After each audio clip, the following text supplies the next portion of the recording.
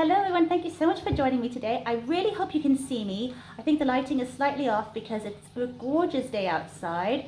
It's the last day of October, so we want to make the most of these beautiful sunny days. It's going to get a lot colder and darker before it starts getting lighter again. And so of course that means that we are in the cozy time of year, and nothing says cozy to me as much as candles.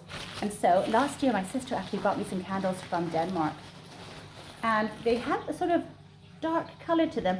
So she brought them to me in around Christmas, and I thought they weren't, well, thinking about it, they're kind of Christmassy to be fair, because they are green, but they look quite dark, and just thought it'd be really, really perfect to use them now in the autumn. And I wanted to make a little decoration. This bowl is one that had a candle in it earlier, but of course it's empty now. So I thought we would just jazz it up a little bit, make it look a little bit better by putting some liming wax on it. I've used this before on tabletops, all kinds of things that just adds that little bit of whiteness to it. It gives it sort of a whitewashed color. It looks so good.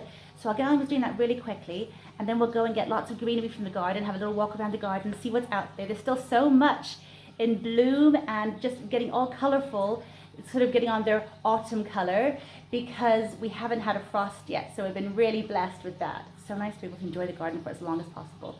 But yeah, I'll get on with waxing this and then we'll move on. So here's the before, just for reference, and here's the after. So it just adds that little bit of whitewashed color to it, and it's not as harsh as putting a big bunch of white paint on it, because it still lets the grain of the wood shine through.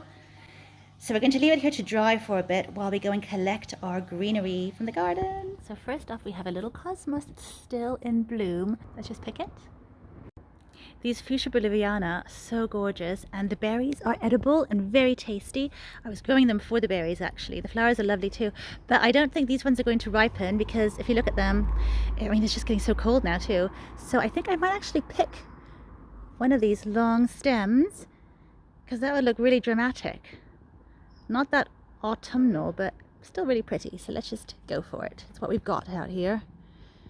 I do need to prune it anyhow a little bit before winter. Oh, look at that. That's so gorgeous. It's almost like a bunch of grapes, isn't it?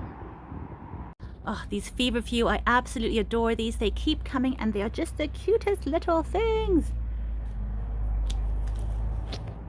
The blueberry bushes are quickly losing their leaves, but they're so dramatic. Look how gorgeous they are. I would love to pick a few of these branches, but the leaves are actually quite loose, and also I wouldn't want to prune them now, because then that would just encourage new growth, and you know, we're gonna get frost any day now, so definitely not gonna hurt this guy. He's already pushing out beautiful little buds for next year, so oh, so lovely. This rose is looking super sad. It's called Eyes for You, and it does have these big, blousy, gorgeous flowers, but at the moment it's still trying to flower, and yet it's too cold and wet, so the flowers just kind of fade before they even fully bloom, like this one for example. So I just thought I'd get the last little buds that are coming now. It's going to be a very, very pink arrangement. So I was hoping for more like whites and oranges, but yeah, we'll take what we've got here, and these are really pretty too, so that's good.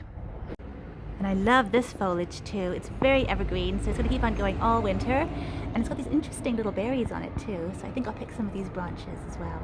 And ivy is something I always have lots and lots of in the garden. Pretty much, it actually is a weed, so I can just pick a few tendrils. I think we have enough now. It really is quite a pink collection. A rather pale pink collection.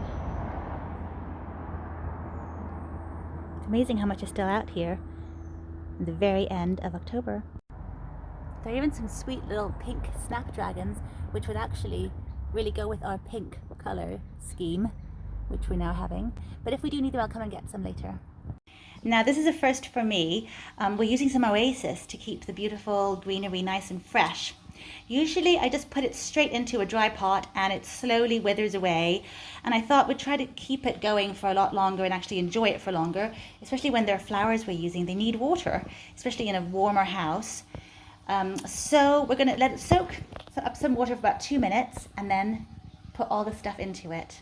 Just lined the bowl with some cling film just to prevent it from getting rotten, I suppose. So look, it's drying nicely now. In order to anchor the candle in the middle of the arrangement, I just need to have some of this clay here. it can just sort of keep it set. Otherwise, it might rock about and be a bit dangerous with a candle. I've had this little packet of clay for years. You just keep it in the fridge all wrapped up and it just stays fresh. I've had to cut my oasis up into little pieces to fit into this very small bowl, but now the fun can begin.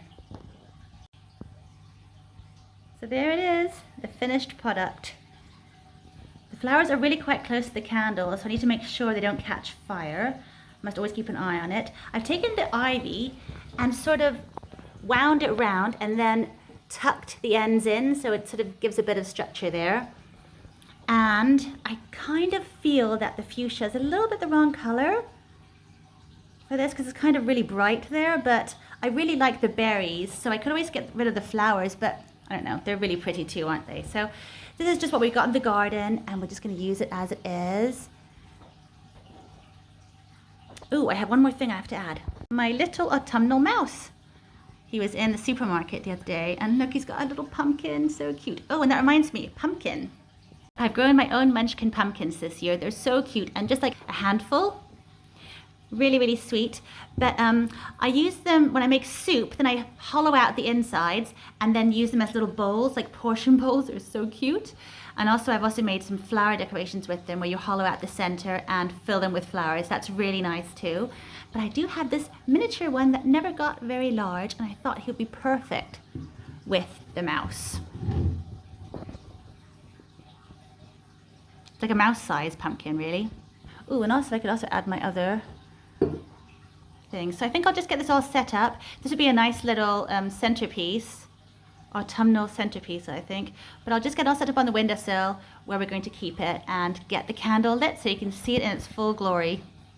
My friend recently introduced me to crocheting, and so I got some little pumpkins crocheted. They're really fun. And by no means perfect, but it's all a learning process, and hopefully soon I'll be able to crochet some really useful things like mittens and stuff. Just going to keep on practicing. Thank you so much for watching. I hope you've enjoyed this as much as I have. Please let me know what you do to feel extra cozy and autumnal in this colder time of year, and I will see you next time. Bye for now.